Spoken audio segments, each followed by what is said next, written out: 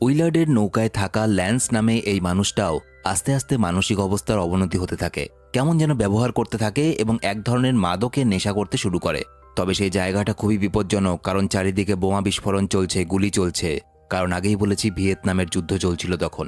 একদিকে ভিয়েতনামের যুদ্ধ, অন্যদিকে কর্নেল কার্টসের আতঙ্ক, সব মিলেমিশে সেনাবাহিনীর মধ্যে যেন মনোবল একদম ভেঙে গেছে। ক্যাপ্টেন উইলার্ড নৌকা থেকে নেমে সেখানে উপস্থিত সৈন্যদের সঙ্গে কথা বলার চেষ্টা করে, যদি কর্নেল কার্টসের ব্যাপারে কোনো খবর পাওয়া যায়। কারণ কর্নেল কার্টস ঠিক কোন জায়গায় লুকিয়ে আছে সেটা কেউ জানে না, কিন্তু সেখানকার সৈন্যরাও তাকে কোনো সাহায্য করতে পারে না। ক্যাপ্টেন উইলার্ড সেখান থেকে কিছু অস্ত্রশস্ত্র নিয়ে আবার নৌকায় ফিরে আসে। তবে ক্যাপ্টেন উইলার্ড এতটুকু বুঝে যায় যে কর্নেল কার্টস এমন একটা জায়গায় নিজের রাজত্ব তৈরি করে বসেছে যেখানে আকাশে বাতাসে শুধুমাত্র মৃত্যুর হাতছানি। নৌকা আবার এগোতে শুরু করে এবং তাকে যে নথিপত্রগুলো দেওয়া হয়েছিল সেখান থেকে ক্যাপ্টেন উইলার্ড দেখে ক্যাপ্টেন উইলার্ডের আগে ক্যাপ্টেন রিচার্ড নামে একজনকে এই একই মিশনে পাঠানো হয়েছিল কর্নেল কার্টকে হত্যা করার জন্য। কিন্তু অদ্ভুত ব্যাপার, কর্নেল কার্টসের সঙ্গে দেখা হওয়ার পর ক্যাপ্টেন রিচার্ডও সেই একই দলে যোগ দেয়।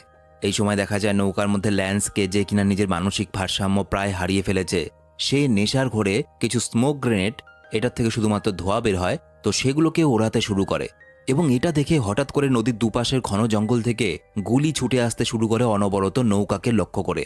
আচমকাই হামলা সামলাতে না পেরে শত্রুপক্ষের গুলিতে ক্লিন নামের ওই অল্প বয়সী ছেলেটা প্রাণ হারায়। তবে যাই হয়ে যাক না কেন, নৌকা এক জায়গায় কিন্তু থামিয়ে রাখা যাবে না, তারা আবার এগোতে শুরু করে। এরপর একটা সময় এসে যেতে যেতে ক্যাপ্টেন উইলার্ডের কেমন যেন মনে হতে থাকে কিছু একটা বিপদের আভাস পাওয়া যাচ্ছে। তারা হয়তো কার্টসের এলাকায় ঢুকে পড়েছে। জলজন্ত মানুষটাকে সে এখনো দেখতে পায়নি, তবু উইলার্ড কেমন যেন তার উপস্থিতি অনুভব করতে পারছিল। এক জায়গায় নদীর পাশের এলাকায় থাকা কিছু লোক তাদের ওপরে আবারও হামলা করে এবং তাদের ছোড়া একটা বর্ষা এসে ফিলিপসের পিঠে লেগে এফোর ওফর হয়ে যায়।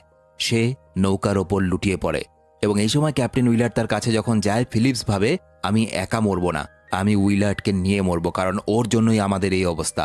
সেই উইলার্ডকেও চেপে ধরে যাতে বর্ষাটা তারও শরীর ভেদ করে বেরিয়ে যায়, কিন্তু উইলার্ড নিজেকে বাঁচানোর জন্য ফিলিপসের মুখ টিপে ধরে এবং ফিলিপস দম বন্ধ হয়ে মারা যায়।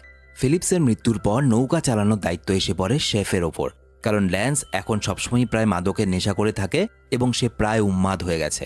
আর এখন যেহেতু তারা কর্নেল কার্টসের এলাকায় ঢুকেই পড়েছে, তাই উইলার্ড এবার তার গোপন মিশনের ব্যাপারে শেফকে খুলে বলে যে কেন সে এই এলাকায় এসেছে।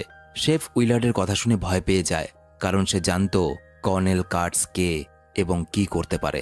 এরপর তারা আবারও এগোতে শুরু করে। তারা যতই এগোচ্ছিল তাদের চোখে পড়ছিল শুধুমাত্র মানুষের মৃতদেহ আর আগুনে ঝলসে যাওয়া ভগ্নস্তূপ।